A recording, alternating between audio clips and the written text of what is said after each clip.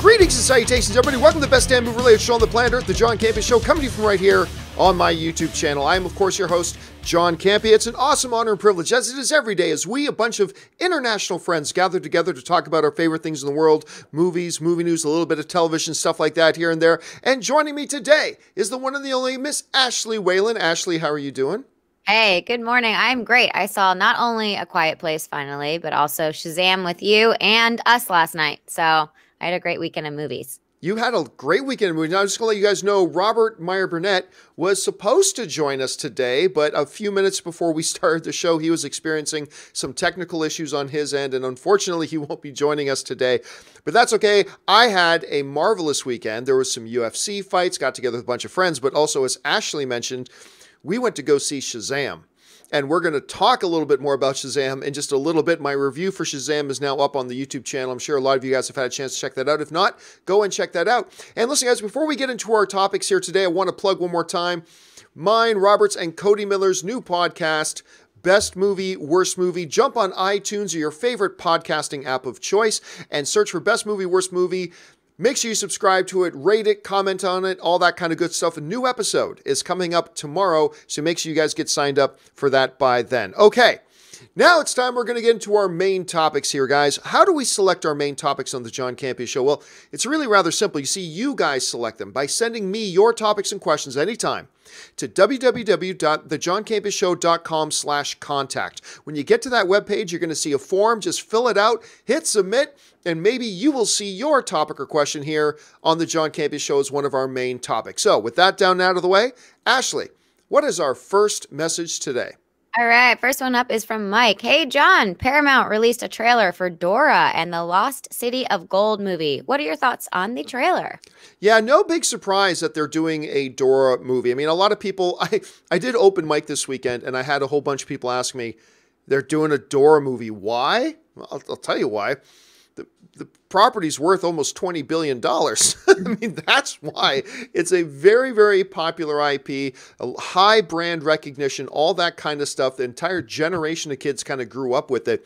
It's really no surprise that they have done this. So they made the movie, perfectly fine idea to make it. I heard Michael Pena got cast in it. That's always a good thing.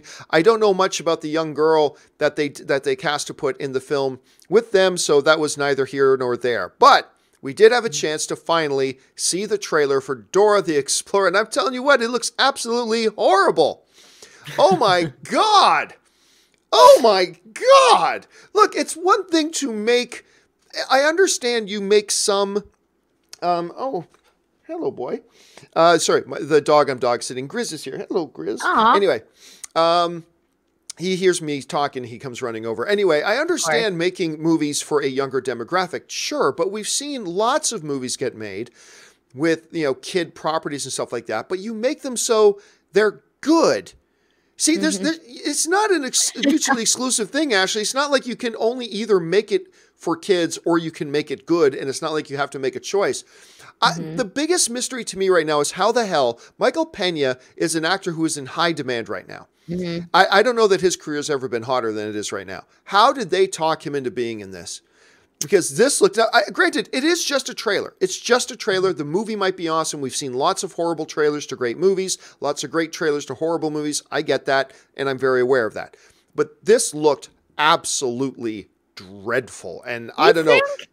I don't know. No, you just watch it. You didn't hate it? You liked it? You thought it was okay? Well, okay. If I had kids, I would be very happily surprised at this trailer. But like, I don't think I will just go by myself. But I thought it was lighthearted and fun. I giggled twice. I thought the lead girl was cute. And I liked how I liked the perspective of everybody that everybody had on her. Like, they were like, oh, Dora, like, she's a crazy girl. And, you know, they all thought that she was like wild and crazy and a big adventurer. So I don't know. I didn't hate it. I thought it was like very like Disney kid PG appropriate. It was all of that. It was all of that and horrible. But I mean, again, I am speaking from a point of view. You raise a really good issue there, Ashley. The fact that, you know, neither you nor I have kids, and maybe if I had kids, maybe I would look at it with a slightly different set of eyes. But the question here is, guys, did you guys have a chance to check out this Dora the Explorer trailer? So what did you think? Are you siding with Ashley on this? Are you siding with me? Tell me what your thoughts are on this thing, because I watch this and I'm like, what? Anyway, jump down in the comment section below and let me know your thoughts. All right, with that down and out of the way, Ashley, what is our second main topic today? All right, next up is Harris Williams. I don't know if you guys saw, but this week Captain Marvel passed movies like Spider-Man Homecoming, Batman vs. Superman, and Guardians 2 to become the 10th largest superhero movie of all time. And it looks like just a matter of time before it catches the Dark Knight movies for 9th or 8th. To what do we attribute this huge success? Is it just from this female-driven film, or is it something more? Thanks, and bring on that filthy. Yeah, so much for whatever the boycotts were that were going around Captain Marvel. Captain Marvel is, as they mentioned in the email, it is now the 10th largest. Now, when you think about how many superhero movies this thing has passed now, it is now the 10th largest superhero movie of all time. Coming in number 10, now it is at $910 million. Wow. It looks like it will, probably in the next couple of weeks, it will probably crawl over that $1 billion mark, become the 10th $1 billion club film out of the superhero genre. Of course, it's past films like Venom, Guardians of the Galaxy Volume 2, Batman vs. Superman, Spider-Man Homecoming, Spider-Man 3. I mean, look at some of the films that it is now past, okay? Some of the highest profile, most celebrated movies ever, not just the ones that are here on this list, but the ones that aren't above it. It is past. Only above it right now are The Dark Knight at $1 billion, The Dark Knight Rises at $1.08 billion, Captain America Civil War at $1.1, also Aquaman at $1.1, Iron Man 3 at $1.2, Black Panther at $1.3, Avengers Age of Ultron at $1.4, The Avengers at $1.5, and then a big jump up with Avengers Infinity War. Now, I'm also going to go out on a limb here and guess that Captain Marvel is going to get knocked down one place once Avengers Endgame comes out. So that's probably going to take it out as well. But put that into perspective, that this movie, Captain Marvel, is now sitting up there with these films. It is absolutely phenomenal what it's been able to accomplish. And everybody's talking about comic book movie fatigue. I swear to God, I've been hearing about comic book movie fatigue ever since 2009. Like every year, it's like, oh, people are going to get tired of comic book movies. And it's not just Captain Marvel. Look what else is on this list. Also highlighted like films just out of 2018 and 2019. Venom, Captain Marvel, Aquaman, Avengers Infinity War. All these films have come out in the last year or so. All these films have come out in the last year or so. And then there's a number of them also on here just from 2017. Guardians of the Galaxy Volume 2, Spider-Man Homecoming. There was, what was the other one? Maybe it was just those two that are on there. But then 2016 is there. These are all pretty strong indicators that this whole thing about comic book movie fatigue is probably not a real thing. I mean, this is a genre that's going to keep rolling as long as movies come out that the audiences are having fun at and enjoying and being entertained by. As long as that keeps happening, you're just going to see this thing keep steamrolling. Now, as far as what do we attribute this thing to, I think there are a couple of things. Number one is the fact that in this new era of superhero movies, because there have been several eras of superhero movies, in this newest era of superhero movies, this is the first Marvel superhero film to be led by a woman. Now, DC got the drop on them on that because they put out Wonder Woman first, had great success with that one. This comes out, it's had great success. But you can't just say, there are some people saying, well, the only reason Captain Marvel's done so well is because it's a female lead film. Not at all. There have been many female-led comic book movies in the past that have been total disasters and absolutely flopped. I mean, Catwoman, anyone? Elektra? Supergirl? I mean, on and on and on. So we've seen that happen too. Is it a factor? Absolutely, I believe it is a factor. Also, you have to put in there is the Marvel brand, the MCU brand. I mean, people just have, the audience has grown to trust the Marvel brand. So you combine that with the fact that it's a female-led film, that's a big step in the right direction. But also on top of all that, Ashley, you don't make $70 million on your second weekend and $35 million on your fourth or on your third weekend unless people are going back to watch it again and unless they're bringing new friends and unless there's word of mouth going on around it as well. So I think the third piece of this puzzle is, number one, female-led. Number two, it's the Marvel brand. But number three, it's just a good movie. People have just been they've gone, they've watched it, they've enjoyed it, they've told other people about it, they've come out to watch it.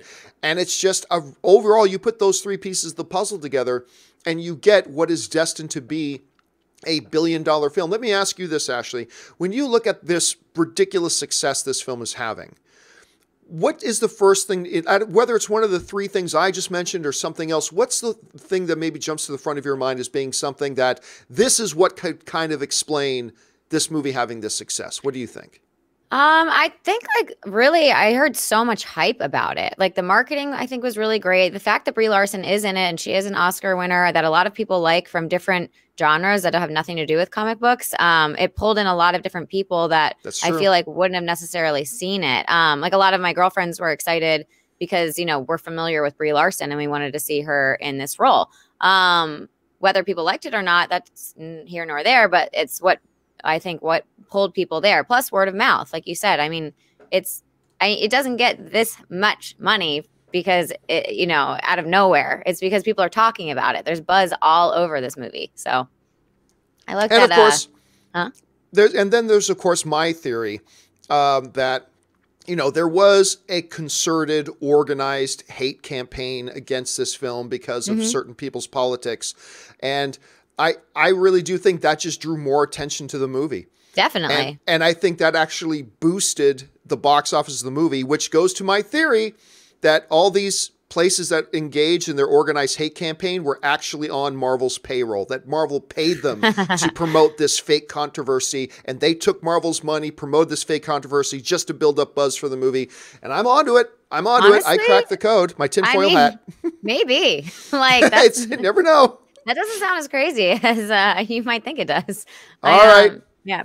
What do you think, guys? Let us know. Jump down to the comment section. What do you attribute the success of Captain Marvel to this point? Do you now think like I do, and I've had my mind changed, that this is going to eventually cross that $1 billion mark? Jump down to the comment section below and let me know your thoughts. Okay, with that down and out of the way, what's our third topic today? Next up is Fanimator. Hey, John, Jordan Peele's Us just opened to a humongous $70 million. I predicted around 55 to 60 million. What are your thoughts? Do you think Us overperformed? Did it overperform? Yeah, it overperformed. That's not a bad thing. That's not a bad thing at all. You know, just to highlight too, Us is a movie that I think I was really entertained by. You know, I'm not going to give any spoilers away. For those of you who've seen the movie, you'll know what I'm talking about. I thought the ending was quite bad. I thought the ending was a bit of a cop-out ending and made absolutely no sense. And the more, like me and my buddy, who also very much enjoyed the movie, and I really enjoyed the movie too, but my buddy Sol, who also really enjoyed the movie, the more we talked about the ending, like we came up with like 35 to 40 major holes. And it's like, wait a minute, if this is the ending, this makes no sense, and that makes no sense, and that, it goes on and on and on. But other than that, as you lead up, like 8/10 of the movie, I thought were quite engaging and riveting, and I had a really good time with it. $70 million is still quite a result. Now, let's put this in context, people. $70 million, where Captain Marvel had a $150 million opening. Avengers Endgame is going to have anywhere between $250 and maybe even $300 million opening. But put in context just how big of a number this $70 million is. When you are talking about the biggest opening weekends in horror movie history, it is the third largest opening in the history of the genre of horror. Of course, number one came from 2017 It. That made $123.4 million. The second biggest was last year, of course, with the relaunch. It's not a reboot, it's a relaunch of the Halloween franchise with 76.2. And now Us, Jordan Peele's, just his second film at $70.2 million. Also, in perspective, it is the highest opening weekend in the history of the horror genre for an original horror film. Obviously, It, not original. Halloween, not original.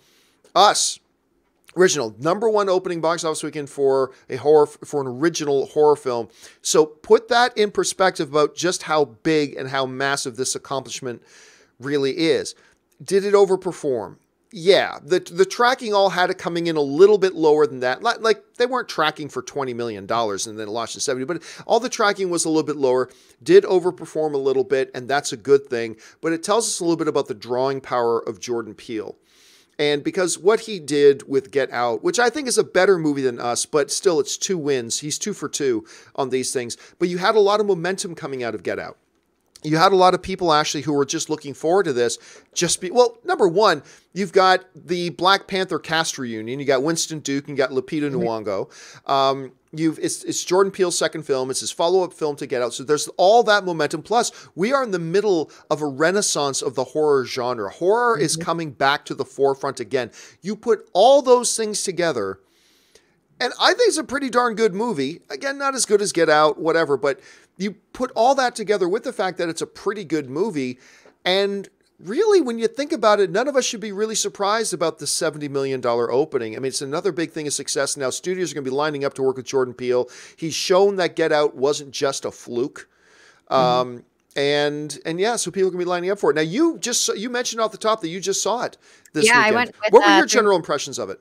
Well, I went with 3 of my girlfriends for our Sunday scary night, and we had a good time. It was funny. We were all split. Like, one of us was like, I loved it, and I was like, I was fine, and then my other friend was like, I liked it. Like, we were just all over the place. I had the same exact issue. I won't say anything, but I was very frustrated at the end, and I spent all night on Reddit going into deep dives of different theories, which actually made me like it a little bit more. So, and I would recommend people see it personally in the theater because it is a fun movie to see in a big group of people. Like, there's a lot of little creepy scares, and it was fun to see in a theater rather than just like, I would prefer it in the theater than sitting at home on my couch, because I think if I saw it at home, I would have been like even more like meh. I don't know, but I liked it, I will say. Here's the other thing, too. One of the things you bring up is Get Out is better, is that it is a film, for good reason, for bad, it is a film that you walk out and you do instantly feel like you need to talk about it. And like, whether it's jumping on Reddit or like me and my buddy got together afterwards and we just talked about it. And there's something special about that. When you walk out of a movie and you just feel this insensate need that I got to talk about this, whether it's with somebody right now or dive on Reddit or do whatever. Yeah. And it's got that going for it. And I think you're going to see a strong second weekend from it. If for no other reason that everybody wants to talk about this thing. And we're going to see this movie have legs. We're going to see it have legs. All right. Yeah. Let's move on now to the next topic today. Ashley, what is up next? All right, next up is Ricardo. Hey, John, hope you're doing great. Just saw Shazam at my local AMC Burbank 7 p.m. showing, and it was great because Zachary Levi surprised the audience by showing up. I've been seeing so much word of mouth going around. Could we see a bigger opening weekend than expected? Well, first of all, I'm super frustrated because you were in this theater at the AMC Burbank 16 at the 7 p.m. Ashley and I were in the 4 p.m. screening in that exact same theater. Yeah, what the hell? Zachary Levi didn't show up for us. He didn't come in for us. But whatever, I'll get over that. That's fine. This movie, guys, I put up my review. I won't go into my full review here, but like, just to say, this movie's wonderful. I had such a great time. It's just, sometimes, look, is it deep? No, it's not deep. But it's warm. It's heartfelt. It's very funny. It's enduringly entertaining. And, sometimes it's just great going to the movie theater and have a smile on your face the whole time. And one of the things I mentioned was the first 5 or 10 minutes made me nervous because the first 5 or 10 minutes of the film felt like mid-90s superhero movies, a little schlocky, a little cheesy. It's like, this doesn't feel like good filmmaking to me. But it immediately turned the corner. Once you get past that first 5 or 10 minutes for me, it immediately turned the corner. And there are a couple of scenes in the movie that they swung big and kind of missed. But those finite moments aside, this is a triumph of a movie that I think audiences are going to adore. Now, I said this before, Ashley, that when they came out with tracking, said this thing's going to come in at around 45 million opening weekend. I said it's going to be bigger than that. Yeah. How much bigger? I'm not sure, but it's going to be bigger than that. With the critic score that this thing is getting right now, and right now, as of this recording, Shazam is sitting at 93% on Rotten Tomatoes. The critics are loving this film. And it's not just 93. As you go through the reviews, it's not just, yeah, I liked it. Because that, if you had everybody saying, yeah, I liked it, that's nice. People are loving this film. Audiences who've seen it are buzzing about it. Not everybody. Not every movie is for everyone. Absolutely. But you're getting a lot of people who are loving this film, talking about this film. And when you put all of that together, you're going to get an opening weekend with the big critic scores, the big positive word of mouth coming from these advanced screenings. I think this thing's going to hit, and it's going to do much better than that $45 million opening. Now, I don't know that it's going to hit $100 million opening or anything like that. All I know is I feel pretty damn secure that this is going to be much bigger than just that $45 million opening, because people are going to like it. People are going to talk about it. People are going to want to go back. I guarantee you, 90% of the people who went to go see these advanced screenings, they're coming back, because actually one of my biggest frustrations coming out of this movie was, like, I looked at Anne and I said, I'm just pissed off that I got to wait 2 weeks to go see it again.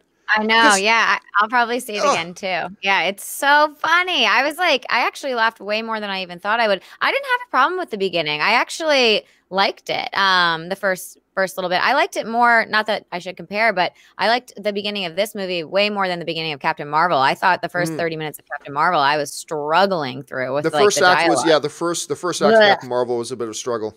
Yeah, but I don't want to spoil anything. But the beginning of Shazam, like I thought the movie was so light and grounded and funny and entertaining, but also like it had some like tender and like darker, moments in it, and in the beginning, and then also throughout, like so. And I loved all the kids in it, and yeah, they were just so great, and he is so fun in it, and just like he nails this like wide-eyed kid thing. So he does such a great job. And I knew the moment they cast Zachary Levi, because when you cast Zachary Levi, that means you're going for a certain tone. And I was so excited that they were going for that tone. And this just caught it. It just absolutely caught it. And they took advantage. And everybody, look, I'll say this too.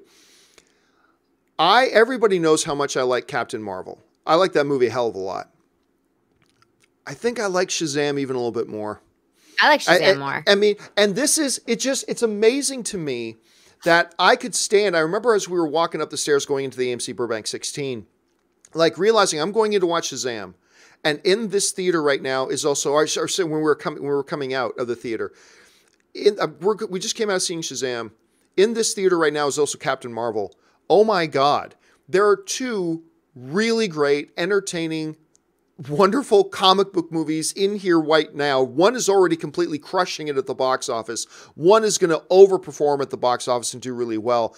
It's just such a magnificent time. And if Captain Marvel keeps the legs that it has right now, and it can stay in theaters longer, then we're going to get to Avengers Endgame, where we're going to have, in an AMC Burbank 16 movie theater, you're going to have Captain Marvel, Shazam, Avengers Endgame, all is going to be in there at once. And, it's a real big wake-up call to the state of comic book movies right now. The state of comic book movies is very, very strong right now. Not just because they're blowing it up at the box office, but because now they're cranking out a lot of quality movies. DC is now finding its rhythm. DC has now found their identity. With Shazam, I believe Warner Brothers and their DC properties have now really solidified what the new DNA of a DC movie is. And it's entertaining, and people are going to enjoy it and like it. So now you have Marvel's cranking out movies that people are loving. Now DC, at least they're on a little bit of a roll here. You had Aquaman. Now you've got Shazam. We got Wonder Woman 84 coming down the road. They're now establishing a track record of their own as well. This is a glorious time to be a comic book movie fan, and it's just win after win. And I'm going to be very curious to see how this thing does at the box office. I'm going to be really curious. All right, with that down and out of the way, what is our final main topic today? Okay, last one up is from Maxi S. Hey, JC and crew. Greetings from Germany. The original Frozen has grossed over $1.2 billion worldwide and is still the #1 animated movie of all time. With Toy Story 4 and Frozen 2 coming this year, will we have a new #1 at this year's end? What are your opinions? Yeah, first of all, Frozen, when that movie came out, it kind of came out of nowhere. And shockingly became like, because if you had seen like heard about Frozen and maybe seen the first little spot for it or whatever, you'd never dreamed that movie was going to join the $1 billion club. You'd never dreamed it was going to become the #1 animated box office film of all time. And then they did the greatest marketing maybe for an animated film ever. They released the full clip of the Let It Go song from the movie. And that became a YouTube phenomenon. That thing spread like crazy. Everybody was watching it. Everybody was singing that damn song. I still do every once in a while. Come on. Whenever you're in a conversation with anybody and the phrase, hey, guy, come on, guys, let it go. One of the people in your group will just go, let it go. Like that still happens today. It is part of our pop culture consciousness, right? So it came out of nowhere. And, you know, I know it's really cool to hate on Frozen. Frozen's a good little animated movie. Is it the greatest animated movie of all time? No, it's not in that conversation. But it's a good, solid little animated film. I enjoyed it. And it kind of just wrecked shop on that. And it took that #1 spot. Well, now we've got a couple of animated films coming out this year. And I'm just going to say right now, Frozen will no longer be the #1 animated film of all time once 2019 is done. Now, there are a couple of films that have the highest potential of dethroning it. And I'm going to start with this. Frozen 2. Frozen 2's coming out. That has the potential to dethrone it. Because I'll tell you what, Ann and I go to Disneyland and stuff like that. It's constantly just a stream of wave after wave of these little girls dressed like the sisters from Frozen.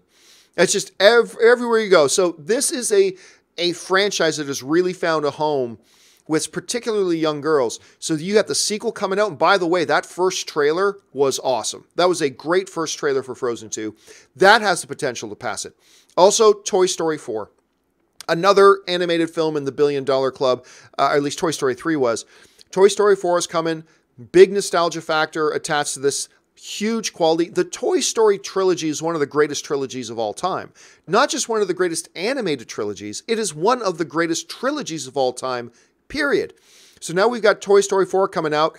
I wasn't super thrilled with the trailer for Toy Story 4, but whatever. This thing's going to make a lot of money. This thing could pass Frozen for that $1.27 billion mark. It could pass it. The #1, though, to me, is Lion King. Now, whether the record books will reflect that Lion King is an animated movie, and make no mistake about it, folks, ignore these talks. Oh, the live action Lion King. There is nothing live action about Lion King. All right? There's nothing live action about it. This is a fully CG animated movie, just like Toy Story is a fully CG animated movie. It is an animated film. Again, whether the box office record books will reflect that or not, I'm not sure.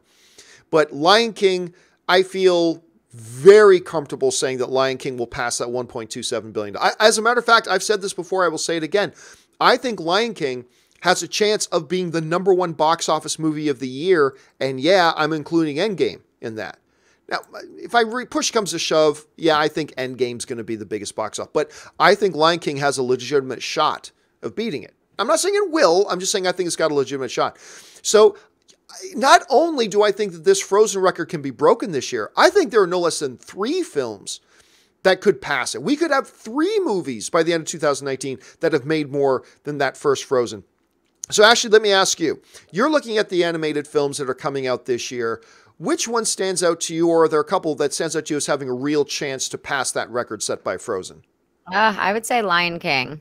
Yeah. Because there's just so much draw to it. There's nostalgia, and then it also, just for people that haven't seen the first Lion King, that new one just separately looks really good too. So yeah, I would say Lion King, if anything. I mean, Frozen 2, everyone's going to turn up for that too, and Toy Story, but I think Lion King has it, if any. All right, guys, so you tell us your opinion.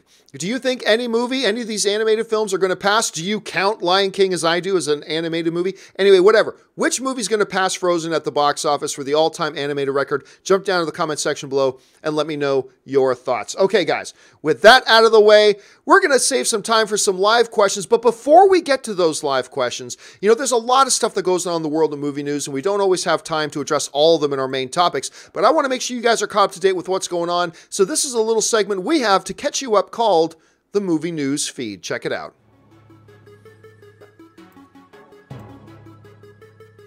First up, Idris Elba has become one of the most in-demand actors, playing the villain in Fast and the Furious Hobbs and Shaw, wrapping Universal Pictures' adaptation of the Broadway play Cats, and signing a deal to star in Warner Brothers' The Suicide Squad. Now it's reported he will be joining the cast of Mouse Guard. From The Hollywood Reporter, Andy Serkis and Thomas Brody Sangster have already been cast in what is described as a sort of Game of Thrones with mice. The film is based on the graphic novel by David Peterson. The synopsis reads, Mouseguard is set in a medieval world and tells of an order of mice who are sworn protectors of their realm. Enemies range from predators such as foxes, eagles, and other rodents. Elba will play an Obi-Wan Kenobi-like figure who was once a legendary champion and now thought long gone. Circus will play the film's villain, and Brody Sangster will be playing the youngest member who will be called upon to prove his bravery. Upcoming Batman director Matt Reeves is producing the film, and a May production start date has been slated.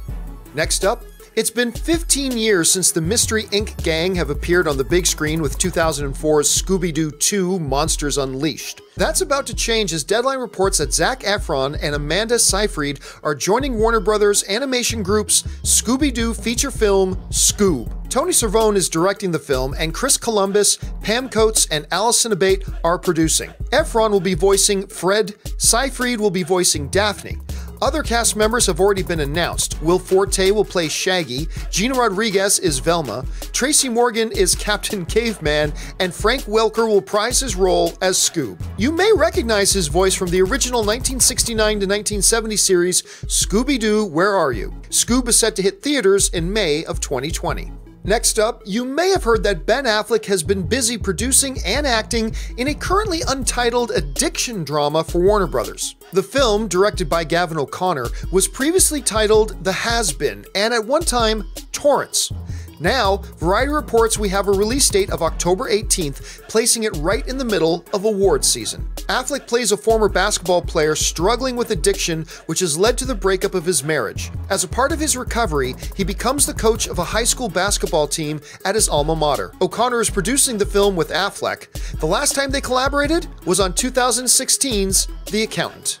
Next up, what's that? You haven't had enough bad video game adaptations? Great, because Saban Films has released a new trailer for their zombie action film, Dead Trigger, based on the 2012 mobile game of the same name. From firstshowing.net, the film, which stars Dolph Lundgren, wrapped in 2017, but is only now getting a release. The synopsis reads like this. When an unstoppable zombie apocalypse takes over the world, the government develops a video game called Dead Trigger that mirrors the terrifying events plaguing the planet. The best efforts of the gamers are monitored, and they recruit the highest-rated zombie killers. The young recruits are called Dead Triggers. The film follows a group of recruits who travel to the origin of the breakout to find a missing team of scientists who are searching for a cure. So, The Last Starfighter meets The Walking Dead? The film drops in select theaters and on video on demand on May 3rd. And finally, sad news today, as it is being reported that Larry Cohen, director of The Stuff and It's Alive, has passed away at the age of 77. From Dread Central, the news came from actor Shade Roop, who received an email from Cohen's best friend explaining the situation. Larry Cohen's work was celebrated in the documentary King Cohen, The Wild World of Filmmaker Larry Cohen, and featured interviews from filmmakers such as J.J. Abrams, Rick Baker, John Landis, Martin Scorsese, and many more. His career began in the 1950s and continued through to 2010. No cause of death has currently been released. And that'll do it for today's installment of the Movie News Feed. All right, guys, and that gets you caught up to date on all the other stuff going on in the world of movies and movie news. So with that down and out of the way, let's now move on to the live questions. You guys have been sending in a whole bunch of live questions, so Ashley, let's get to it. What is being asked in the live questions today?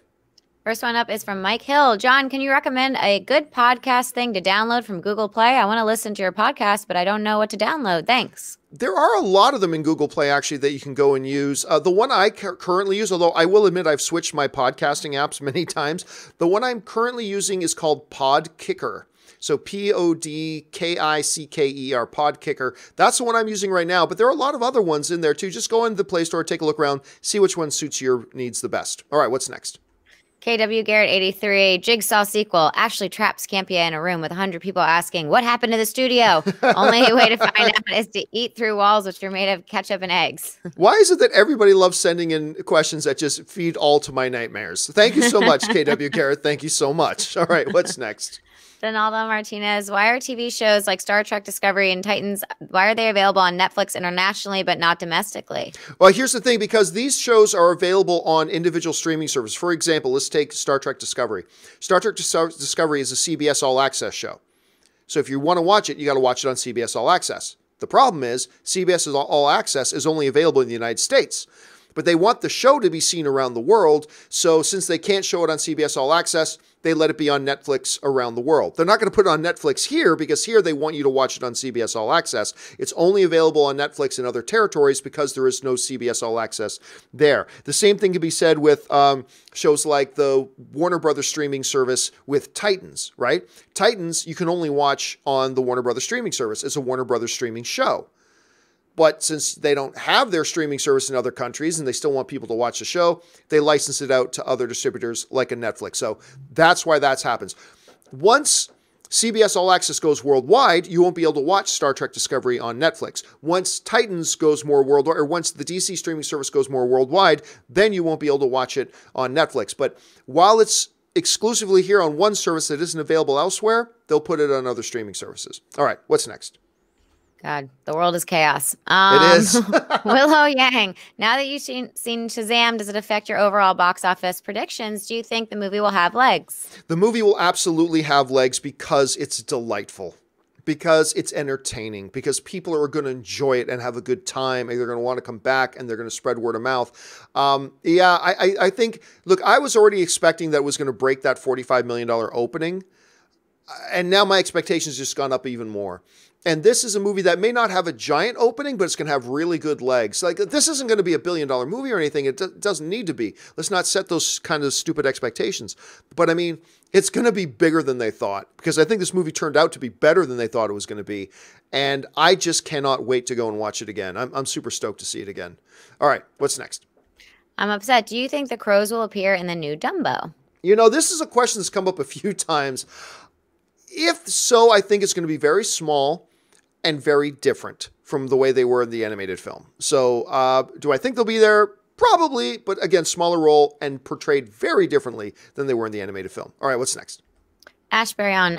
Hey, John, something has been nagging me since Infinity War. How did Banner know everything about Thanos when he was Hulk for 2 years in Ragnarok? Well, I think probably what happened was that, look, there's a gap of time between the end credit scene in Thor Ragnarok when Thanos' ship shows up and when we actually pick up the events in Avengers Infinity War. There's a little gap of time.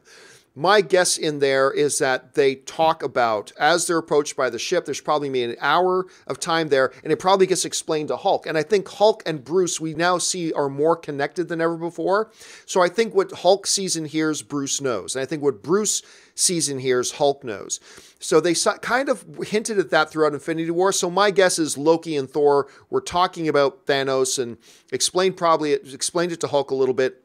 Obviously, they had a bit of a plan, because, Hulk waited until, Loki gave the signal, we have a Hulk. And then Hulk comes out of nowhere and blah, blah, blah. So they probably just talked about it. So to me, that's just in my head how that all kind of worked out. Okay, what's next? Give Luigi a ring. Captain Marvel nearing 1 billion. I didn't see that coming. A lot of people didn't see that coming. I didn't see it coming. I thought it would come maybe around 800 million cap. I thought between 6 and 7 was a safest range.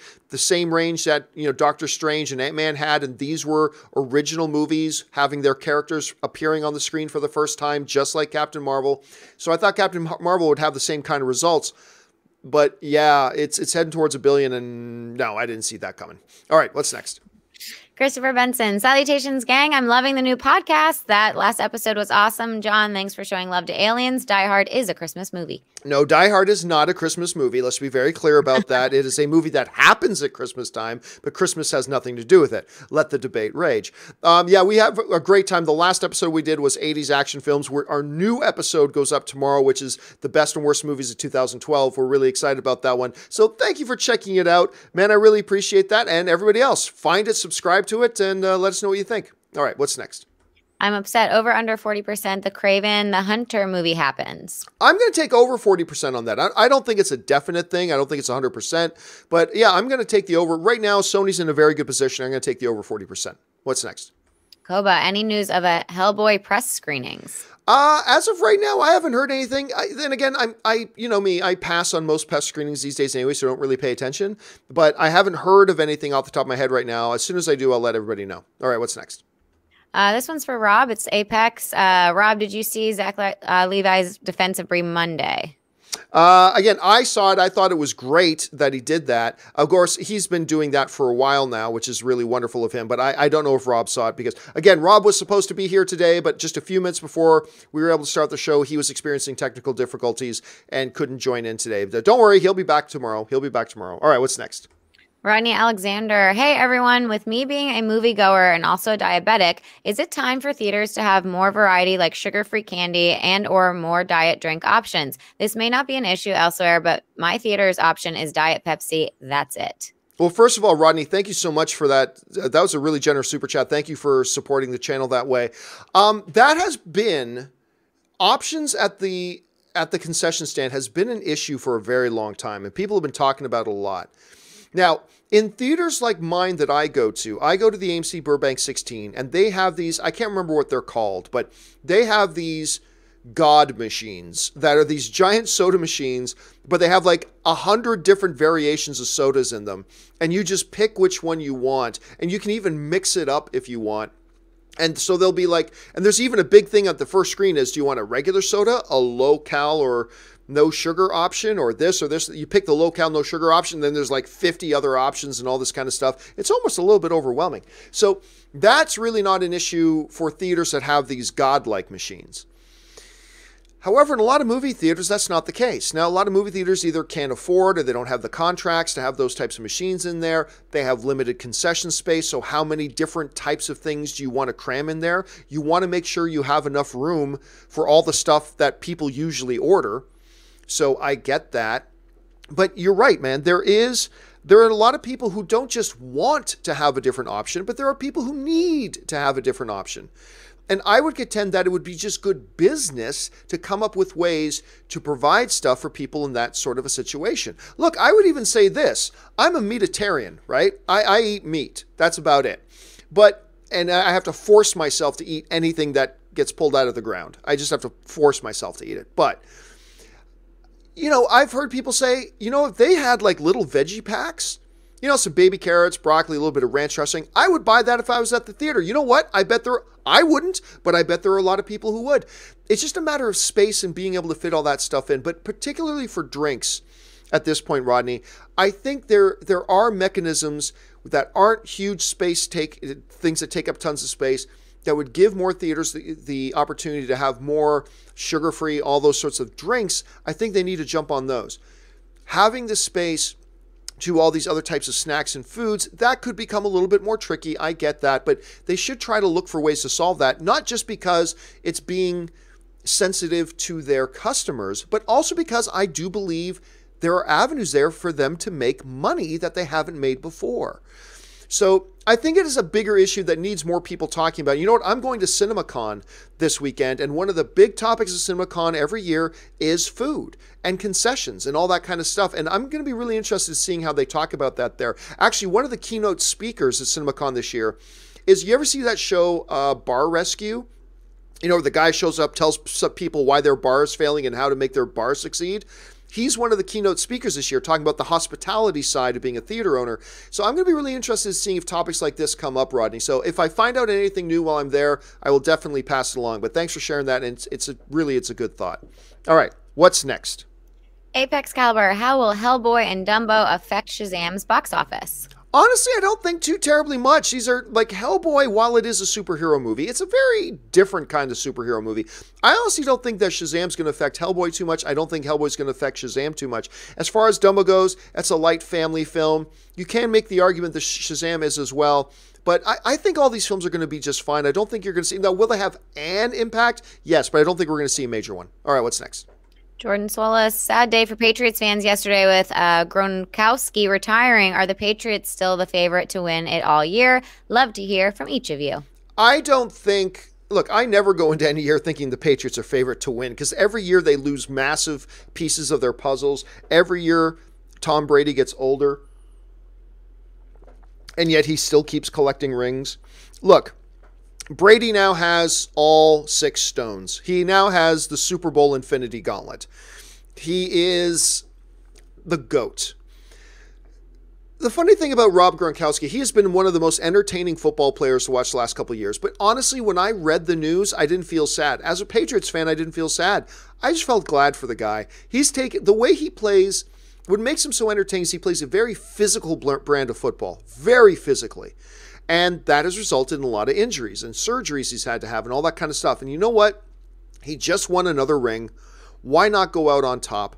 Why not go out with all the money he's got? And while he still can walk and he can still have, his relatively good health, get out now. Yeah, he could have still played at a high level for a couple more years, but, get out now while the getting's good. And I'm happy for him. And you know what? The New England Patriots have always been a next guy up kind of team. Like when they lost Wes Welker, everybody thought, how are they going to win now? But they go on to win. And then they have and lose Randy Moss. So how are they going to win now? And they find a way to win. It's just, that's what they do. They always find a way to win. I don't think they're going to, I know they should not be considered the Super Bowl favorites next year. Not at all. But they're going to be in the playoffs again.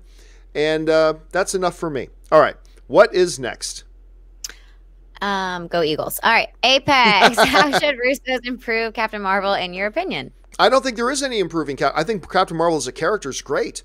So I like the way that Captain Marvel evolved through the film, because she went from being somebody with absolutely no idea of who she is or her past or anything like that. And you saw throughout Captain Marvel, as she starts to get glimpses of who she is, her personality starts to come out more and more. And when the film ended, I was really happy with where she as a character was. So I don't think there's any improving the character. I'm just going to be very curious to see how they take this character and use her in the mechanism of their new movie. That's what I'm very curious to see. I'm not curious to see them improving the character. I'm curious to see what they do with that character in their movie. That's what I'm excited about. All right, what's next? You and I will always disagree on that, I feel like. Christopher Benson, thoughts on the film, Mr. Brooks? I loved William Hurt being the physical manifestation of Costner's consciousness. Dan Cook sucked, though. I have said for years that is a tremendously underrated film. Mr. Brooks is marvelous, and I've also screamed bloody murder for years that Kevin Costner deserved an Academy Award nomination for that film. I think he's great. Yes, Dane Cook was not so strong in it. But you know what? I honestly didn't think Dane Cook sucked in it. I didn't think he sucked. Was he the weakest link in the chain? Sure, but I didn't think he sucked in it. As far as William Hurt, yeah, the two manifestations, that was great. It's a great film, guys. If you haven't seen, it was Dexter before there was Dexter. That's what Mr. Brooks is. Check it out, enjoy it, and again, I think Costner was fan-frickin-tastic in that. All right, what's next? Amin Mashayeki, let's just say I'm Frankenstein's monster and I'm looking for my master. Love that quote and really enjoyed the film. So, look, everything about X-Men First Class that was great surrounded Charles and Magneto. And that was one of the highlights to me. When he goes into that bar, man, what are you? What do you want? Let's just say I'm Frankenstein's monster. It's such a great scene. Michael Fassbender as Magneto. Like, going into that, you think, good luck to anybody playing Magneto after Sir Ian McKellen has played him, because you're going to look stupid. And yet, Michael Fassbender went in and took control of it, and he made that version of Magneto his own. And he stands shoulder to shoulder, I believe, with Ian McKellen in that role. And that line was definitely one of the highlights of the movie. All right, what's next? Apex, trolls expect me to believe that they'll boycott Endgame. LOL. I know, the sadness. Now there are people saying, well, since Captain Marvel is a tremendous success, now there are people saying, well, we're going to boycott Endgame. Okay, yes, sure you are. Okay, let me know how that works out for you. All right, what's next? Jay Bling, Rob tweeted Michael Dougherty, director of Godzilla, King of the Monsters, that he wants to see a Basic Instinct remake with Godzilla as Trammell. What the F? Okay, well, I mean, you got to understand, Rob's been in a little bit of a kick lately of, he's been in a little bit of a Basic Instinct kick because he just got his Basic Instinct hot toy, Sharon Stone hot toy. And so he's been kind of obsessed with that sort of thing. So forgive Rob for that. Forgive him for that. It is an awesome hot toy, by the way. All right, what's next? Toshi, John and Rob, best duo since R2, C3PO, and Bert and Ernie. I don't know how to take that. So we're the best duo since a couple of little sidekick characters. But okay, I'll take it as a compliment. Thank you. All right, what's next? I think it's a good compliment.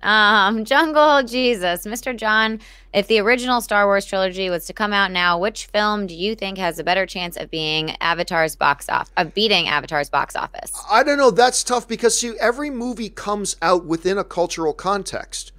Like when Gone with the Wind came out, it came out at a certain time, and it was a movie made within the environment of a certain cultural context, and it had an impact on its culture in that regard, right? Star Wars was a film of its time. It was a movie that was made and conceived of and brought to life in the 1970s. If that exact same movie were to be brought out today, would it have the same success, the same impact? It's hard to say that because, again, this is a different era than it was in the 1970s. Movies that are made today are made in the framework of today's cultural context. Star Wars was made within the framework of its cultural context. So I'm not saying Star Wars wouldn't become a big blockbuster hit, but I think it's impossible just to say, oh, well, this movie that was a big hit in that era, you can just automatically transpose it into now and it would repeat that success. It's a different cultural context. It's a different framework that it was made within. It's speaking to a different audience. That's the other thing about art. Art is created and speaks to the audience that it has. Star Wars was created as a piece of art to speak to an audience that was in that 1970s framework and within that 1970s frame of mind. So I don't know that we can just assume any of them would come out today as they are and be that hit. Just like Avengers Infinity War, if it were to have been released in the 1960s or 1970s, it may not have been that big of a hit. If Infinity War to come out in 2035 instead of last year, maybe nobody goes to see it then. It's just impossible to say because you always have to understand art is created within the context of its cultural audience, and it's hard to just draw that comparison. So I really don't know how it would do today. All right, what's next? Catman, I read Endgame is 3 hours and 2 minutes. Also, Tony can wield the gauntlet with nanotech. Yeah, no, Tony cannot wield the gauntlet. But yeah, I don't think those are reliable. The reports going around that it's 3 hours and 2 minutes. I do not believe that is reliable. That's not to say that the movie won't be 3 hours or 3 hours longer. You guys know I believe there's a chance it will. I think it'll be under, but there's a good chance that it could be over that. But I don't believe those particular reports right now. I don't believe those at all. All right, what's next? Static Space Sean saw Us yesterday. Wasn't a fan of Get Out, so I was hesitant, but really enjoyed Us. Build-up was great. Ending was okay, but loved the overall tone. The build-up was fabulous. That to me is the winning part of the film. It's that entire, and the build-up is the first 2.5 acts. So it's not like the first 10 minutes. It is tense. It's got good doses of humor when it needs it. I think Winston Duke is great in it. Lupita Nyong'o deserves an Academy Award nomination. But yeah, I thought it was really quite great. What would you say, Ashley, for you was the highlight of the film for you? What was the best part of that movie for you? Yeah, I would say the suspense and the tension building that they managed to pull off. So the whole time you're just like waiting for this to, and the comedy though too. There was like, I loved the dad in it. I loved and I loved Elizabeth Moss in it. She really killed it for me. Yes, absolutely. She just played this great like white wino. Like she's awesome in it. White wino. All right, what's next? Apex has Walking Dead run its course, and should it end? It's impossible. I'm not the right guy to answer that because I haven't watched any of The Walking Dead this year. I watched up to the end of last season. I thought it was a decent season last year. I haven't felt compelled to watch it this year, so I'm the wrong guy to ask. Personally, I thought you could have ended the show after season 1, but that's me. Anyway. All right, what's next? Kevin Lewis loved it. Horns up for the dirt. I have not watched it. The trailer did not interest me at all. I have not heard great things about it, to be honest. A lot of the people I've talked to, for the most part have been meh. Some people really didn't like it. A couple people enjoyed it, but generally meh is the reaction I'm hearing out of it. So I haven't seen it yet myself. I probably don't plan on watching it. All right, what's next? Stephen Mina, great show. What are your top 5 superhero movies? Stephen, I don't do top 5s. Yeah, so I don't take top 5, top 10 questions.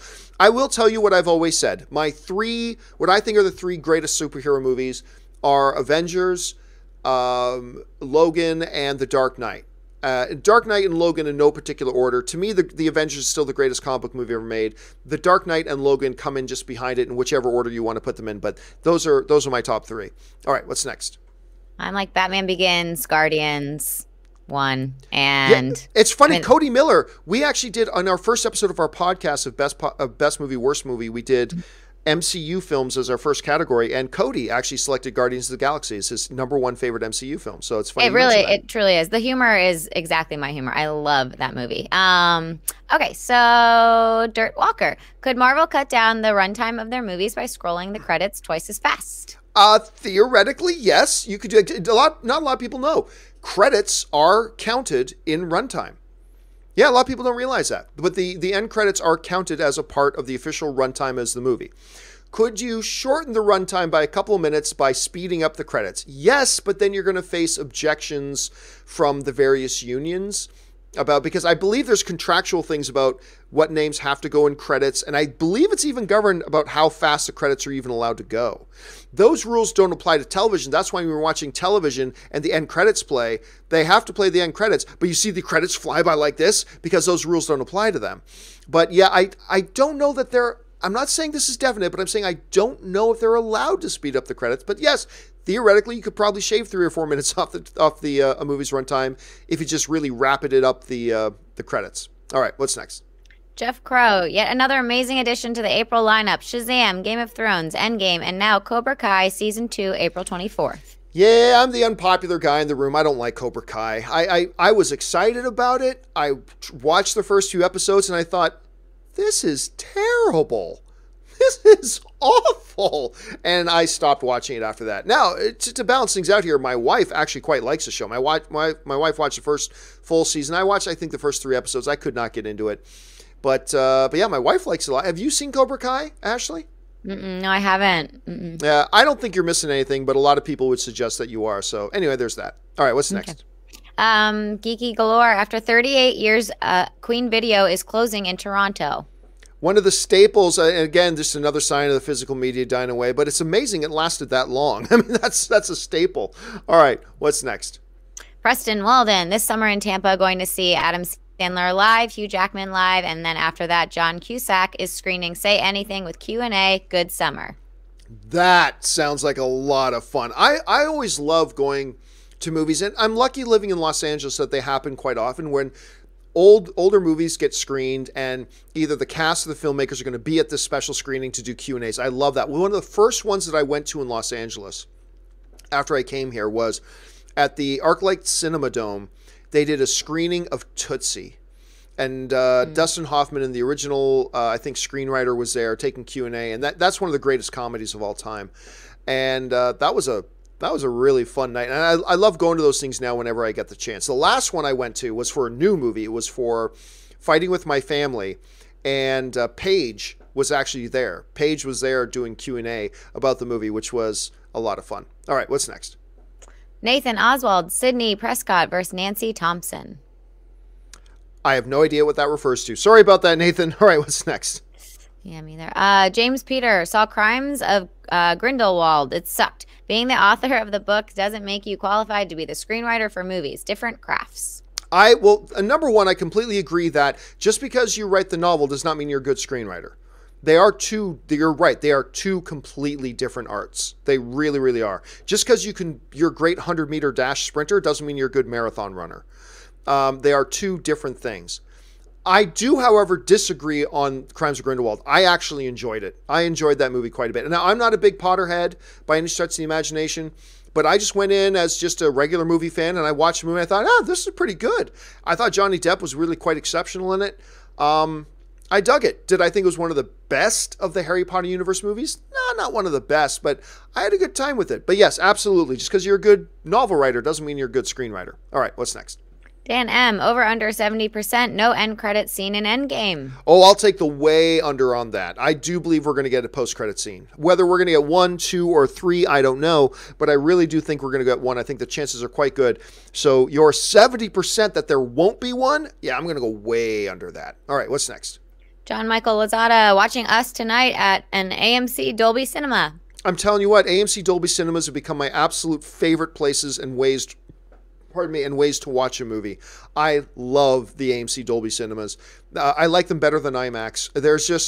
They're a fabulous viewing experience, and that's the way to watch it, man. All right, what's next? The new Ulysses Smith the third. I saw what you mean, John, about the end of Us. WTF. Yeah, we don't want to give any spoilers away or anything like that, but it's just, and again, it's not like it's the entire third act. You know, it's the last half of the third act. It doesn't stick the landing to me. Like, so overall, the majority of the film is really engaging, really enjoyable. I like the way you call Elizabeth Moss a white wino. That was great. And it's true. It's entertaining and it's thrilling and it's got good scares. And I'll tell you what, the little girl who plays Lupita Nyong'o's daughter freaked the living hell out of me. Yeah. I was just like in terror of that little girl. But whatever. It's an enjoyable film. It's a good time. But you know what? If you look at your watch and you go, I'm going to cut out early, you might actually enjoy the movie even more if you skip the ending. That's just kind of my thought. All right, what's next? A lot of ideas that don't really. All right, Magic K. Would you consider Shazam as indie superhero movie? No, not at all. It was produced by a giant blockbuster mega Hollywood studio. It is in no way, shape, or form. It's a movie with a budget of $90 million with big Hollywood stars produced by Warner Brothers. No, by no definition, my brother, would I consider Shazam an indie superhero movie. Not by any definition at all. All right, what's next? Maybe because Shazam isn't like the front runner when you think of superheroes. Maybe he thinks like it's like, you know, he's an offbeat rather than like indie. Matt Makowski, with today's tone in superhero movies be lighthearted and comedic, do you think that there will be backlash if Batman does not have a little bit of these elements?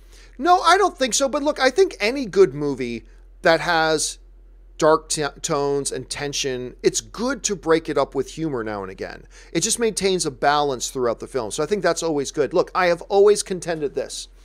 The problem with the DC movies up until Aquaman was not the tone. The Dark Knight movies seemed to have some pretty good success, and they were bloody dark and serious. The difference was they were really good. The Dark Knight movies were really good. And I enjoy all the DCEU movies, but they haven't been good enough to win over the vast majority of the audience and the critics. And they're very divisive films. And, you know, I love Man of Steel, but the fact of the matter is a lot of people didn't. The problem has not been tone. You can make that tone and make them brilliant and popular and beloved, right? Much like the Dark Knight movies. But Warner Brothers decided that they wanted to try something a little different. What they had been trying wasn't working. So they tried a little something different, and they included their stylistic difference in that. And they're having great success. But I would also contend the reason that DC is succeeding now more isn't because the tone is light and happy, but because they're just making their movies better now.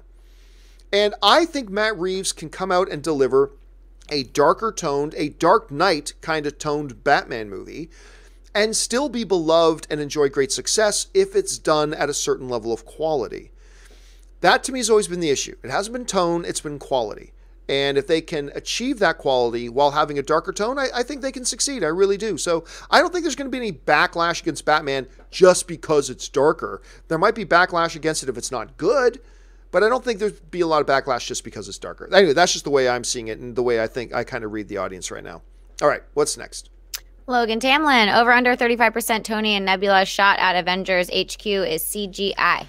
Yeah, I've talked before that I think there is a decent chance that shot of Nebula and Tony walking with the rest of the crew in the Quantum Realm costume, that I think there's a chance that that's a misdirect. I do think there's a chance of that. But I don't think it's as high as 35%. I'm probably guessing around 25% or a bit lower. So on that, Logan, I'm going to take the under. I'm going to take under 35%. All right, what's next? Drunken Movies, Endgame Theory, over under 5% that Avengers go to the future to get a more experienced Stark and more sophisticated tech and then go back and reverse the snap. Under 5%, because if they just go to the future, then Tony's dead, because that means they failed to fight Thanos or whatever. Like, so, nope, that doesn't make any sense, because if they go to the future where everybody's good and their technology's advanced and blah, blah, blah, then that means they didn't need anything. That means they won the day anyway. So just on that time theorem, I'm going to take under 5% that's what they do. All right, what's next? Ella Cartoon. Hi, John and Rob. Started off celebrating my birthday today by catching the stream live today. I usually watch it later in the day. Well, first of all, Elle, happy birthday, man. That's amazing. I hope you have a great one. I hope you get to enjoy it with friends, family, and doing whatever it is that you find enjoyable and relaxing. Hope you have a great one. Sorry that Rob couldn't be here again. He was experiencing some technical difficulties on his end today, so that's too bad. And I'm glad you're able to come here and join us live for the first time, man. Welcome, and again, happy birthday. All right, what's next? Ian Buck, hello, John and Rob. This Saturday is my first date in 6 years. Hey, Woo! And I'm taking her to Captain Marvel. Do you experienced masters have any good advice for this young fling? My biggest piece of advice about going to movies as a date is always, this is the number one thing, do not do dinner and a movie. Do a movie and then dinner. Movie comes first. You don't end off your evening with sitting quietly together in a room. You start off doing that, then you have a shared experience. Now when you go to dinner, you got something to start talking about because you just had the shared experience of a movie together. Go to dinner afterwards and take it from there. And I will say this, Ian, it sounds like you're just getting back into the dating game. I'll tell you what, I had this conversation with my buddy the other day who recently went through a breakup. And I remember just thinking, oh my God, I would hate to have to be dating again. I would hate it for a couple of reasons. Number one, it's a whole horse and pony show, which I don't know if you can tell this about me.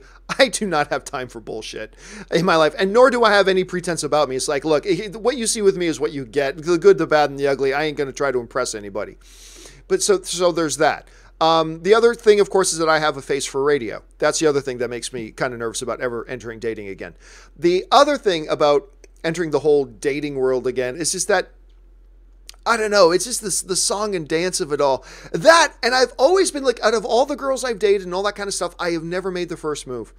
Because I am so intrinsically terrified of women. It's the weirdest thing about me. Like a lot of people look at me and say, well, John, you're kind of the alpha guy wherever you go. Well, maybe, but when it comes to women, I am totally terrified of women. Completely 100% inexplicably terrified of women. Every woman I've ever dated, they've initiated contact and all that kind of stuff. Even Anne made the first move on me, which is hard to believe, but there you go. That's only because I was hanging out with Milo Ventimiglia. That's the only reason she made the first move on me. But anyway, I just can't. I can't. So the only advice I have for you, Ian, and the only advice you should ever take from me on this subject of dating is don't do dinner and a movie, do movie and dinner. But Ashley, let me ask you from the completely opposite perspective of all this. Do you got any dating advice for Ian on this? Sure. Yeah, of course. I like how you said, he says, do you experience masters? And you're like, I have a face for radio. I hate dating. I don't know what I'm doing. Anne asked me out first. I would say, chivalry is not dead. Open some doors for her, pay for the ticket maybe on the first date. And also ask her a lot of questions about herself. Be curious about who you're going out with that night. And just listen and have fun and enjoy yourself. And dating isn't terrible. It can actually be really fun and exciting and have a good time tonight. And I think it'll be great. Did you ever see 40-Year-Old Virgin?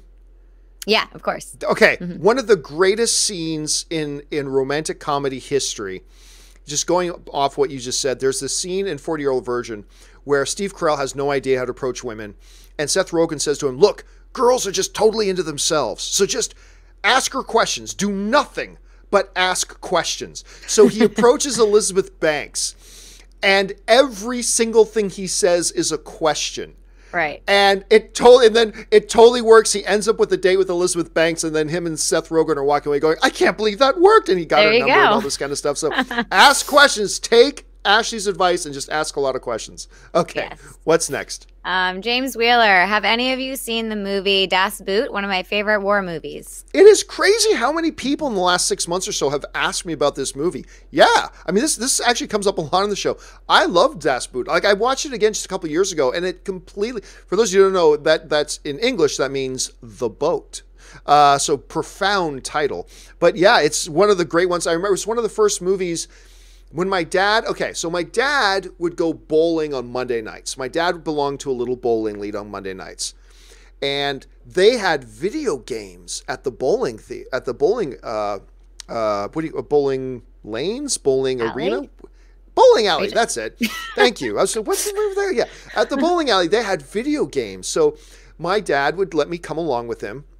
and I'd go with him to his bowling night, and I would never watch him bowl. We'd get there, he'd give me about $2 or $3 worth of quarters, and I would run over and play video games. Now, at the bowling alley, for some inexplicable reason, right beside where you get your shoes for bowling, they had a video rental thing where you could rent either a VHS player or a Laserdisc player and get 2 movies, and you get to take it home for a week. So one of the first times my dad actually rented a video disc player, I think it was called the Laserdisc player, whatever it was called. I was too young. But one of the first movies he got was Das Boot. I don't know why, and I don't know why I was interested in watching it, but that was my first experience watching Das Boot. And again, I watched it probably about 7 or 8 times in my life. It's a wonderful film. If you guys get a chance, make sure you watch it. All right, what's next? Brandon York. Hey, John, love the show. Have you ever seen the show Letterkenny? It's available on Hulu. Great Canadian show inspired by living in Listowel, Ontario. I have never heard of it, Neither. But now I got to check it out, especially if it takes place in Listowel. Okay, I'm going to check it out. Letterkenny, it's on Hulu. I will definitely go, because you know me, I'm a good Canadian kid, so I'll check out anything that's Canadian. All right, thank you for that, Brendan. Thanks for for pointing that one out. All right, what's next? Tony, hi from UK. Do we think Tony getting stabbed in Infinity War will have any impact on Endgame? Time gets rewritten, but it can only go so far, so Tony dies of it. I don't think so. Look, Tony with his magic nanotech. Nanotech does everything like, let's just spray my stab wound and I'm perfectly fine. So no, unfortunately, Tony, it should, but it looks pretty clear from the trailers that he's not suffering any ill effects from the stab. So I'm guessing he's not going to play a major role in the film. It's an excellent question, Tony, but sadly I don't think they're going to address it too much. I don't think it's going to play that big of a role. Hopefully it does. All right, what's next? Second Street Marvel. People always seem to overlook Marcus and McFeely, who wrote 6 of the MCU films, when praising the Russos for all their great work. Why? Bring on the filthy. I think because you mentioned it right there, it's because of the Russo brothers. I mean, the Russo brothers are there. It's difficult to get a lot of the attention when, number one, you've got Kevin Feige getting all the praise. And then after that is his directors. You got the Russo brothers. And remember, too, a lot of the screenwriting comes at the direction of the Russo brothers. Like the Russos will say what they want to have happen. So it's not like, McFeely and them to go off and just write a script and then come to the Russo brothers and say, look, we made a story. It's like the Russo brothers and Kevin Feige give them the story they want, then they go and write them. But you are absolutely right. And actually, it's not just them. Writers in Hollywood should get a lot more limelight. Writers in Hollywood should get more attention.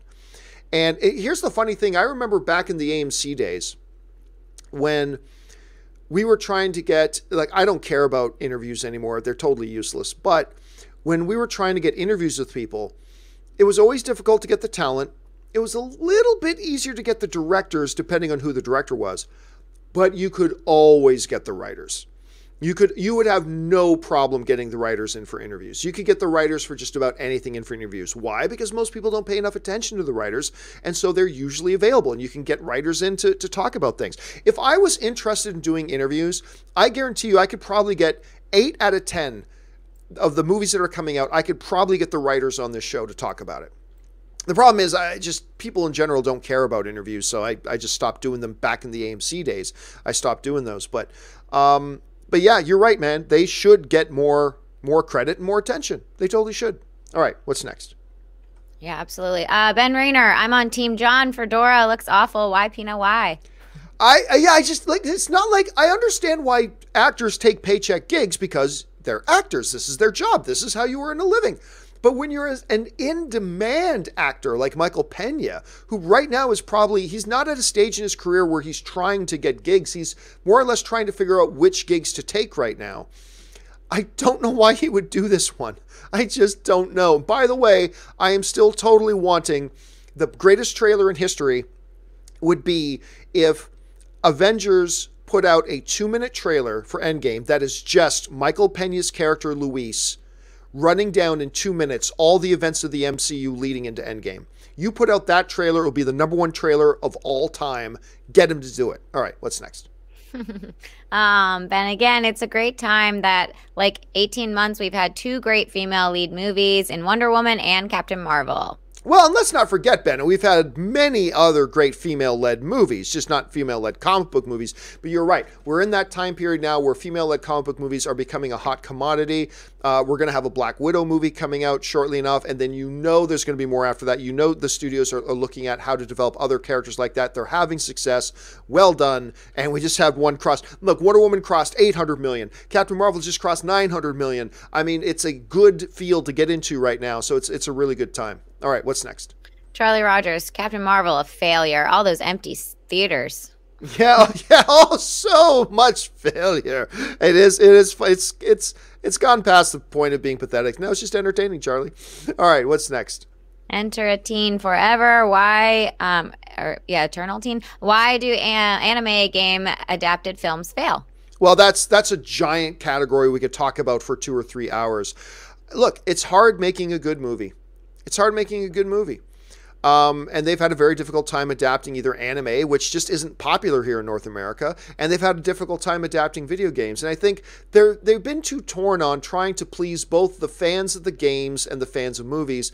And I just think, I honestly think they should just take a game properly, take the basic concept, take the basic characters, and then write a movie around that and don't worry about the game aspects of it. I think if you did that, you could have a lot of success, but I think they just try to keep their one foot in both worlds too much, and that's just not it. And look, the fact is video games were not made for narrative storytelling. They're made for gameplay.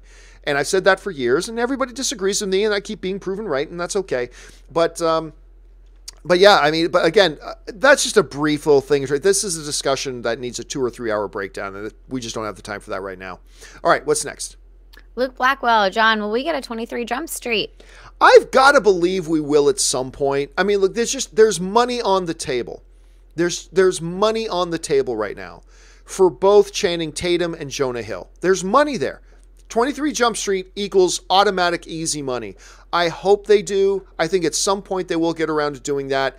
And I just love the first 2 films. So yeah, I'm down for it. And I do think eventually. Now, it could take another year, could take another 3 years. I don't know. But it'll happen at some point. I'm just not sure when. All right, what's next? KV Channel, thoughts on worst scenario you can be in during Thanos' snap? Mine are pilot gets dusted on a plane or about to lose virginity and the girl gets dusted. Ooh, that's the only scenario I can think of where it'd be worse to be the one that didn't get dusted. Yep, that would be pretty. That's a horrible one. The only other thing I can think of is that I'm finally sitting down to watch Avengers Endgame and the opening credits start. And then the dusting happens. That's the only other thing I can think of that would be worse than that. And so that one would be pretty bad. But those are some pretty horrible situations you just came up with, KV. Some pretty horrible situations. All right, what's next?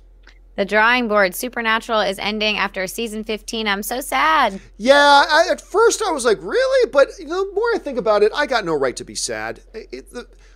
How many people get 15 seasons of their favorite show? Very, very few. Very few. We have had an embarrassment of riches with Supernatural. And you know what? These guys have been doing it. By the time they're done next season, it'll be 15 years they've been playing these roles. Crazy.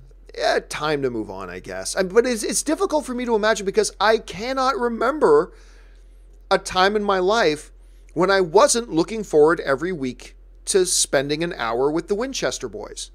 Because every week I just look forward to watching a new episode of Supernatural this week. And it's been that way for almost 15 years. So it's a little bit weird, but honestly, we have no right to be sad. Just incredibly happy it's lasted this long, and it's been as good as it's been. And yeah, it's time for them to hang it up. And, happy trails and best on them. And who knows? I think season 13 was also supposed to be the last. And then they kept going. So I'm not saying it's going to come back, but who knows? We'll have to wait and see. All right, what's next? Chris Douglas, newish fan, but I love the show. Smallville is one of my favorite shows. I truly believe it pioneered superhero TV. What are your thoughts on the show? It's a show that had its strong seasons and its weak seasons, but overall, I quite enjoyed Smallville. I watched all of it. It got a little iffy towards the end, particularly the stuff they started doing with Lex. Much later, sometimes it felt like they just didn't know what they were doing. Not that they were incompetent, but that they weren't sure what they were doing. Are we doing this? Are we doing this? I don't know. Blah, blah, blah. But overall, you're right. It was a pioneering show. There was never really a show like that at the time. And it was great. I mean, it was great. I mean, I was always very, very firmly, when they were making the Superman movie, I got very unpopular with some Smallville fans because I said, no, Tom Welling should not be Superman. They're making a Superman movie, not Smallville the movie. Smallville isn't Superman. Smallville is an Elseworlds kind of thing. It's great and it's wonderful, and I enjoyed it immensely, but it wasn't Superman. And so I was always against the idea of Tom Welling being Superman in the movies because this isn't Smallville. This is something different. You should get somebody else. And I think they've casted a couple of great guys being Superman. I love Brandon Routh as Superman, and I certainly love Henry Cavill as Superman. So, great show. It probably should have ended a little sooner. They probably could have cut 1 or 2 seasons out of that show and maybe ended a little stronger. But overall, you're right. It was an absolutely pioneering show. All right, what's next? Jock Cop, Shazam, and Aquaman were both great, but they feel like Marvel movies. It's a shame DC dropped the dark and serious that made them stand out, but ultimately you gotta give the public what they want. Well, I mean, again, look, the definition of insanity is repeatedly doing the same thing but expecting different results, right? Warner Brothers and Walter Hamada came in. They go, look, we got to change things up. We got to mix things up a bit. We got to do things a little bit differently. But there's this notion out there that they're making Marvel movies. Look, I love Marvel, and I love the MCU films. Let's not pretend that Marvel came up with the idea of, hey, some fun, exciting, entertaining movies. Let's not pretend Marvel made that up. Marvel copied other successful films and adapted them to their movies because that's what worked for their movies. DC is just doing something similar. If you're saying that they feel like Marvel movies just because they're entertaining, nah, come on. I mean, give it a little bit more credit than that. I think it's just that they have found something that works, just like Marvel found something that worked for them. DC's now discovering that that works for not just Marvel characters, it works for comic book characters. But you can still do darker tone, but the problem was they weren't doing darker tone movies correctly. At least not in a way that got the majority of the audience or the majority of the critics on their side. So they changed it up. They mixed it up a bit. And now they're doing more entertainment kind of stuff. And the audiences are loving it. And at the end of the day, that's what you're trying to do. You're trying to give the audience an experience and something that they will like and appreciate and love. And if you can do that with one tone, great. If you can do it with another tone, fabulous. But I fully expect Matt Reeves's Batman to not necessarily be the Dark Knight level dark tone, but I fully expect his Batman will be a darker tone. Not as dark, again, not as dark as the Dark Knight, but I think it'll be a darker tone. But you can still have darker tone and be entertaining and have joy in it. You know, Batman Begins was a darker tone movie, but it had joy in it too. And amongst all the darkness and all the bad stuff that was happening, there was laughs and there was entertainment and there was good crisp pace and all these types of things within the confines of a darker tone movie. You can do that, and I believe we'll see that when Matt Reeves eventually gets around to giving us his Batman movie. I think we're going to see that there. All right, what's next? Leon Flowers Jr., why isn't there more Image comic adaptations? Because I think right now just the studios are willing to put money into recognizable IP. Look, we can make an argument that nobody knows Guardians of the Galaxy, nobody knows Captain Marvel, nobody knows Shazam. You can make those arguments, but the reality is they still have an existing awareness and a fan base. With a lot of the Image comic stuff, that's simply not there, and it's seen as a bigger risk. But believe me, if DC continues on its roll, and if Marvel continues on its roll, and we keep seeing the box office numbers for all these comic book movies getting bigger and bigger and bigger and more success and a bigger and bigger hunger, you're going to start to see more obscure titles like Image Comics and others getting made and getting developed, and some studios are going to roll the dice on that. Look, their rights have already been picked up. It's just a matter of time right now. All right, what's next? Hi, John. Oh, so no regrets. Hi, John. Thoughts on Thanos in next Endgame trailer? I think so. I don't know that he's going to be a big role. By the way, I don't know 100% that there is going to be an Endgame trailer. I theorize, despite what's being said out there, I theorize that we're going to get another Endgame trailer on April 2nd when the tickets go on sale. If the tickets go on sale April 2nd, that's the word. I believe it. But I believe we will get another trailer, and I do believe we will get Thanos in. I don't know that for sure. I'm just speculating as a fan, but that's my guess. All right, what's next? Gabriel Reed, over under 25% that one major X-Men character will become a member of the next Avengers lineup by the next Avengers film? Oh, I went to the wrong game. They were 25% of the one major X-Men character will become a member of the next Avengers lineup by the next Avengers. Well, first, I mean, you got to get the X-Men introduced, and that could be a ways away.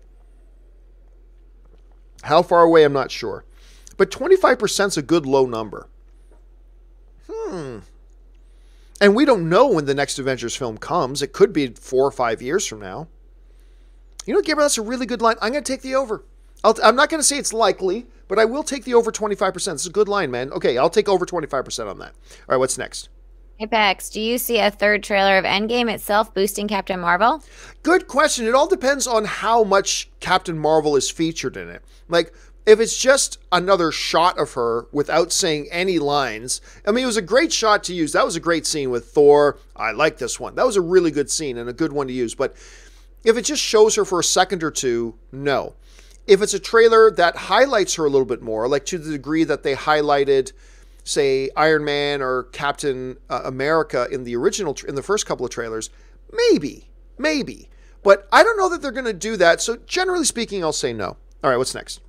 Gabriel Reed, AMC just listed the official runtime for Endgame at 3 hours, 2 minutes. Is there a chance that this changes, or is this a clear sign their runtime is locked? I'll tell you what, oddly enough, I am on the AMC webpage right now. I actually had this open earlier, so I'm on the AMC Endgame page for Avengers Endgame. I just happen to have this open on one of my browser tabs right now, and I'll tell you right now, there's nothing on here about the official runtime. So I don't know where you're hearing that AMC just listed their runtime as 3 hours, 2 minutes, but I am on the AMC webpage for Avengers Endgame right now, and I am looking. There's nothing here, nothing on this page about runtime. I see nothing on here about runtime whatsoever. And there is a spot here on the page where they would put their runtime for movies, and it's got nothing listed. So again, I don't think that report is. I mean, might be. Look, I'm not saying I'm in the know. I'm just guessing like everybody else. But all I'm saying is, right now I'm on the official AMC website for Avengers Endgame, and they have nothing listed as far as time goes. So I don't think wherever you're hearing that from may be accurate. Maybe it is, but I'm just not seeing it right now. All right, what's next? Jinyu Hichi, name that movie quote. Bargaining and face first, gums blazing, and get your friend shot in the ass. Hint, the movie has sand. Ooh. I don't know. Sometimes I get these quotes thrown at me. It's like itching at my brain. It's like, oh, I know what this is. I don't know what this one is at all. Yep, this one, I'm freezing on this one. I don't know this. I'll be honest with you. I'm not even really recognizing it. So I'm probably going to kick myself once I find out what it is, but I don't know it off the top of my head. All right, what's next? L Cartoon. Hey, John and Ash. No Rob today. Oops, from earlier. Are there any non-comic book movies this year you guys are looking forward to? Thanks for the show and bring on the filthy. Oh my God, there's tons of them. Hold on a second. Like, I just talked about this the other day. The majority of the films. I'd say Once Upon a Time in Hollywood for me. I mean, that's just one of them. Once Upon a Time in Hollywood is a major one that we've got coming up. Pet Sematary is one I am dying to see. I'm super excited. I don't know why I'm so excited for Detective Pikachu, but I really am. I'm excited about Dumbo. It Chapter 2. It Chapter 2 is one that we're completely dying to see. I'm looking forward to seeing, I don't know what they're calling it now. I forget the name of it, but it's the one with, it was called Pale Blue Dot, and now it's called, the one with Natalie Portman, the one they just started showing the trailers for. Right. Obviously, there's Toy Story 4, which we talked about a minute ago. I'm super looking forward to, obviously, Star Wars Episode 9. There's a bunch of indie films as well. So yes, there are a legion of films coming out this year that are not comic book related that I'm really, Godzilla is one that's coming out as well. Ma is coming out in just a month or two. Ma is one I'm super excited about. I mean, yeah, there's a lot of really good stuff coming out that I'm really stoked about. All right, what's next? Last two questions. Insta Patriot. Hey, John, I missed you at the advanced screening at 7 p.m. I did see Ashley, leave, but was too starstruck to say hi. Did Zach enter your showing too? No, we missed a couple of ones there, Ashley. But anyway, Yeah, we missed Apex Caliber, and then we missed Ray. Oh, it must have jumped down. I'm so sorry. No problem. Let's see. But I'll answer this one while you find your I place got it. again. So I'm all bummed out about that, as a matter of fact, but Zachary Levi did not appear at our 4:00 screening. We were in the 4:00 screening at the AMC Burbank 16 for Shazam. Then they changed the audience over, had a 7:00 screening, and Zach Levi showed up for that one because apparently Zach Levi hates people who go to see movies in the afternoon. So I don't know what's up with that, Zach. I don't know what's up with that, talking all that type of trash, but whatever. He didn't show, and that's fine. That's fine. But it would have been really cool if he had come in for that. That would have been sweet. All right, what's next? Apex post Captain Marvel, is any MCU origin movie fair game for $1 billion? Yeah, look, the expectations are just going up now. I mean, obviously, Black Widow doesn't count there because Black Widow is an MCU veteran. That's not going to be a movie that introduces her. But talking about new MCU movies that come out where their movie introduces their character, can those be billion-dollar films? Man, I mean, that hasn't been the MCU's pattern. It hadn't happened with the MCU until it looks like it's about to happen to Captain Marvel. Again, Black Panther was introduced in Civil War, so he was already introduced. I think at this point that you got to say it's a possibility. Likely is not the word I would use, but you got to say it's probably at this place a possibility. All right, what's next? Right. I work at 20th Century Fox NYC. People are quitting left and right or taking early retirement offers. I think I'm going to hold out. A bunch of my department has only gotten ESPN transfer offers, but I hear ESPN is a dying. Oh, I don't hear that ESPN is dying, but Agreed. I mean, you know, right here's the good thing is there were 4,000 people who lost their jobs. So, I mean, the fact that you're still there is great. I mean, that's great. And it kind of highlights again just how big of a company 20th Century Fox is. And that is one of the big sad things about this thing. In the midst of the understandable excitement amongst fans about the big merger of these two big, iconic Hollywood companies, is we lost fact that there are thousands upon thousands of people who lost their gigs.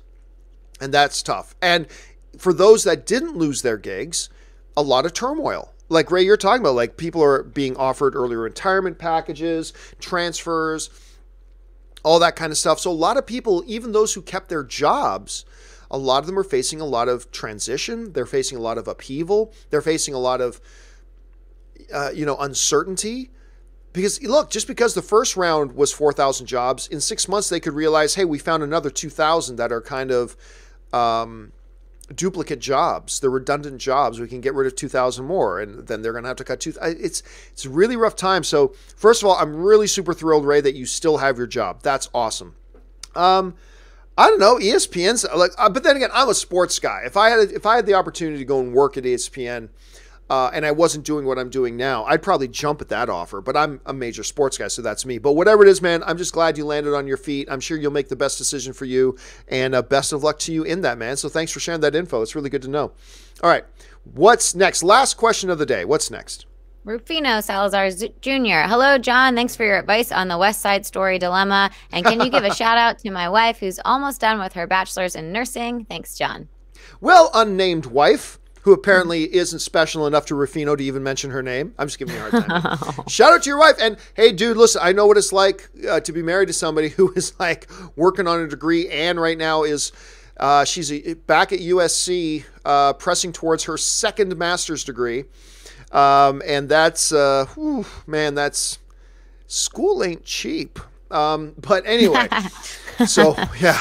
That was an expensive bill I got. Anyway, but it's awesome that your wife is getting her education. It's awesome that she's pressing towards finishing off her nursing degree. And that's a good field to get into, by the way, because you're always going to have a job if you got a nursing degree. But anyway, shout out to your wife. And I hope you guys found your solution to the dilemma of, I'm going to sneeze. I'm sorry about that. I felt that one coming on. I felt that one coming on for like 30 seconds. I was trying to fight it off. All right, guys. Listen, from Do It for Cash, Ginny, Al X6, and all the way down. I know there's still a number of super chat questions we have to get to, but don't you worry about it. Even though we've run out of time right now, I'm going to answer those questions in a companion video today. I still have some companion video questions I got to do from Saturday's open mic. I'm going to do those and today's companion videos all in one video later today. Keep your eyes open for that. So that'll do it for today's installment of the John Campea Show, guys. Thanks so much for being here. I want to thank, of course, Ashley Whalen for being here and helping me hold down the fort. Ashley, where can people find you online? Happy to be here. My Instagram is Ashley Whalen. There's 2 Y's in Ashley because someone else had that name. And then my Twitter is AshAttack1. And, of course, you guys can follow me on Instagram, simply at John Campea. And make sure you go and visit the website, www.thejohncampeashow.com. Check out my blog posts and things like that for all types of information. Remember, that's also where you go to submit your questions and topics now for the John Campea Show main topics. All right, guys, that will do it for me for now. Thanks so much for being here. My name's John Campea, and until our next video, bye-bye.